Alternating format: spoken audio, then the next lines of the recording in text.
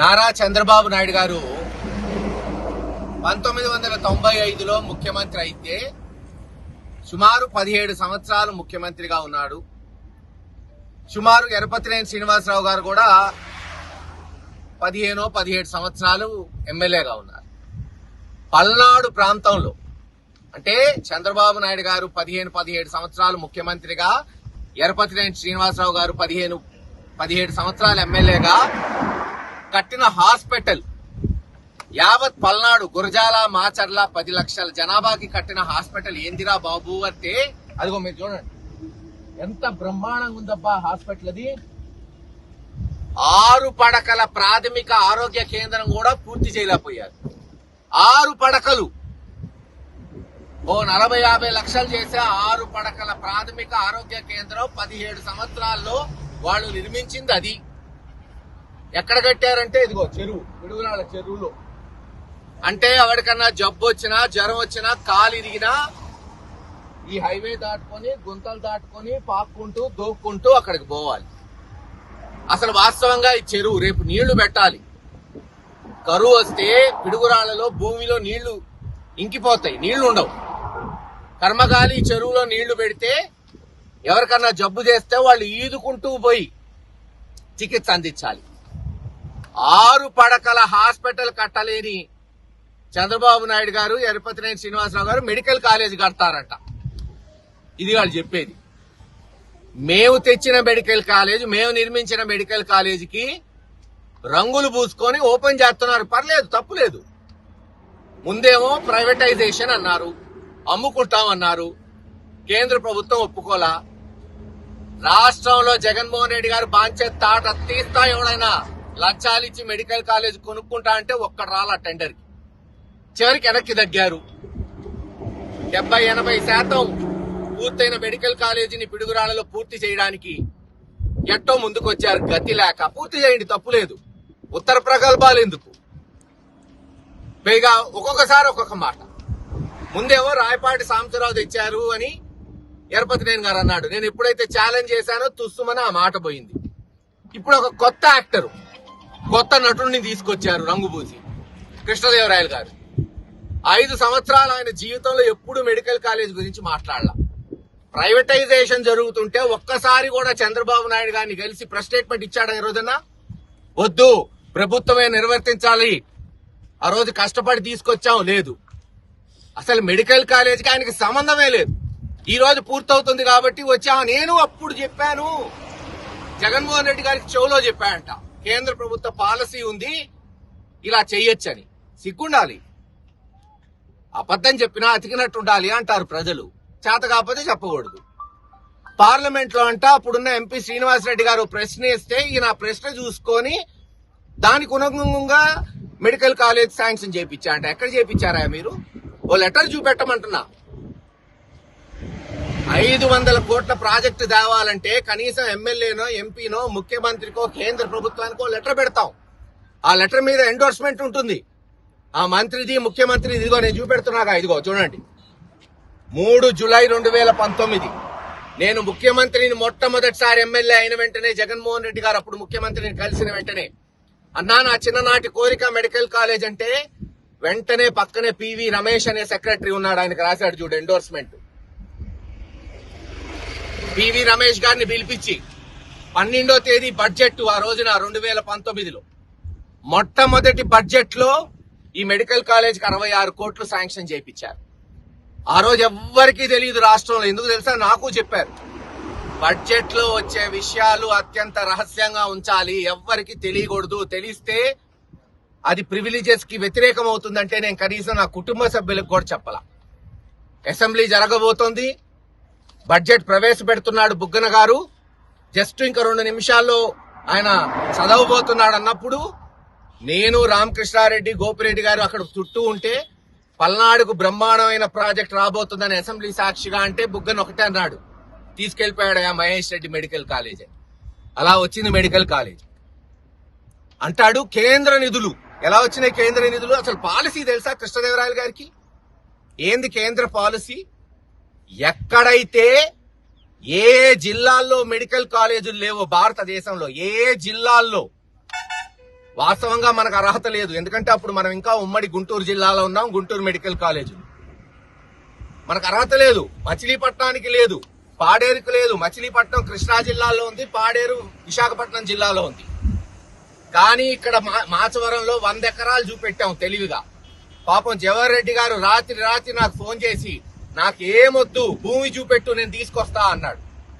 అన్నమాట ప్రకారం కేంద్ర మంత్రివర్గం దృష్టికి తీసుకెళ్లి ఏం ప్రపోజల్ పెట్టారు తెలుసా? కొత్త జిల్లాలు తీసుకురాబోతున్నాడు జగన్మోహన్ రెడ్డి గారు.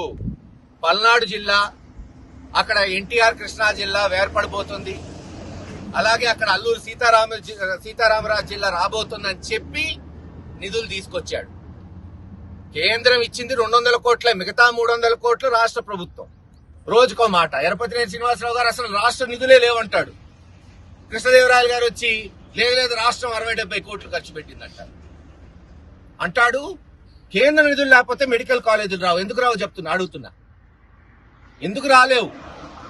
జగన్మోహన్ రెడ్డి గారు పట్టుబట్టి విజయనగరం, ఏలూరు, రాజమండ్రి, పులివెందల ఇవన్నీ ఎలా తెచ్చాడు? మరి కేంద్ర నిధులు లేవే, ఓపెన్ చేయించాడే. ఉద్దానం పోయి చూడండి, బ్రహ్మాండమైన హాస్పిటల్ కిడ్నీ పేషెంట్స్ కొరకు 300-400 కోట్లతో కట్టించాడు. అదే సంకల్పం. వెనుకబడిన ప్రాంతాల్లో వైద్య సేవలు, విద్య సేవలు అందించాలని జగన్మోహన్ రెడ్డి గారి సంకల్పం, మా చిన్ననాటి కోరిక. చంద్రబాబు నాయుడు గారు చెప్పినట్టు ఎవరో కొడుకుని తెచ్చి కొడుకు అంటే సరిపోదు. కట్టండి, మీకు చేతనైతే ఇంకో మెడికల్ కాలేజ్ తీసుకురండి.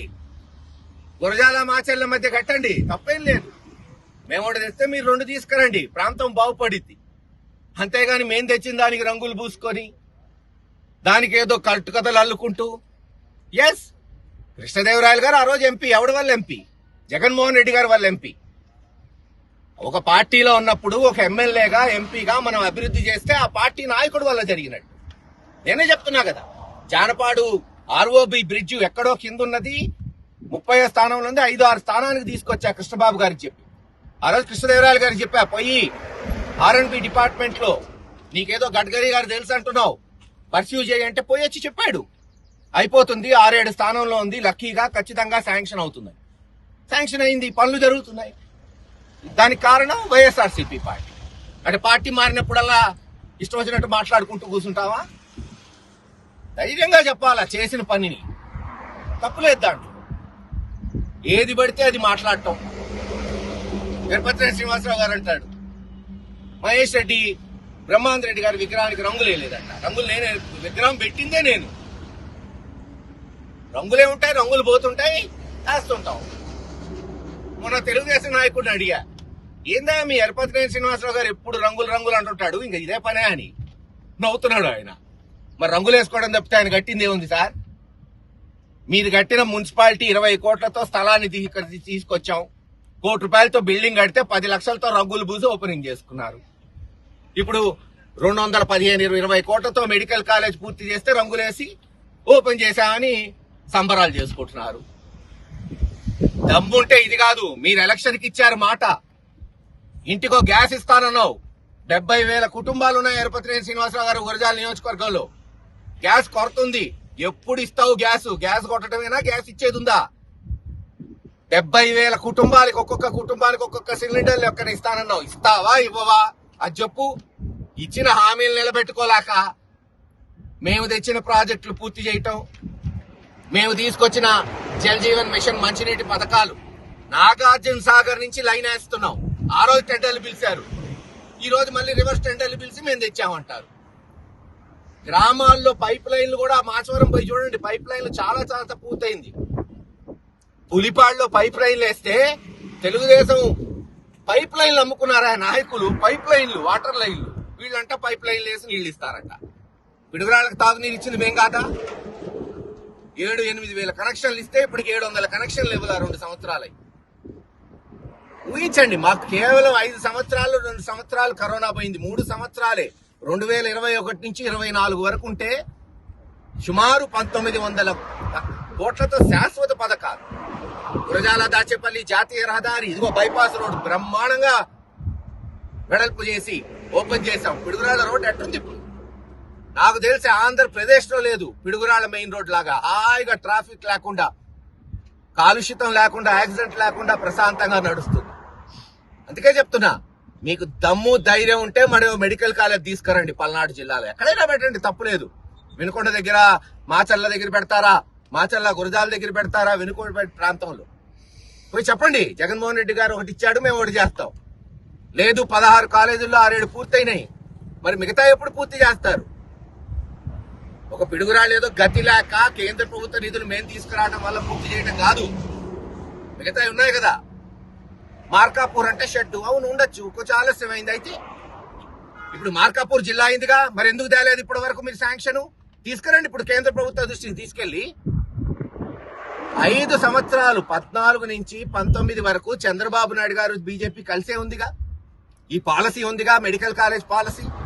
మరి ఒక్క కాలేజ్ అన్నా శాంక్షన్ చేయించాడా రాష్ట్రంలో? ఇప్పుడు 24 నుంచి 2 సంవత్సరాలైంది, ఒక్క కాలేజ్ అన్నా తీసుకొచ్చాడా? మేము తెచ్చిన వాటికి రంగులు బీసుకొని ఓపెన్ చేసుకోవడం కాదు.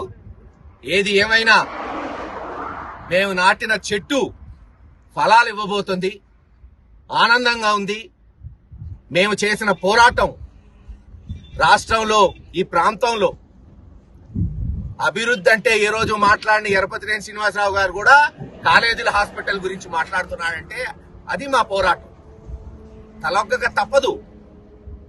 ఏది ఏమైనా బ్రహ్మాండమైన మెడికల్ కాలేజ్ రాబోయే తరాలకి ఒక సామాజిక దేవాలయంగా మిగిలిపోతుందని తెలియజేసుకుంటూ సెలవు తీసుకుంటాం.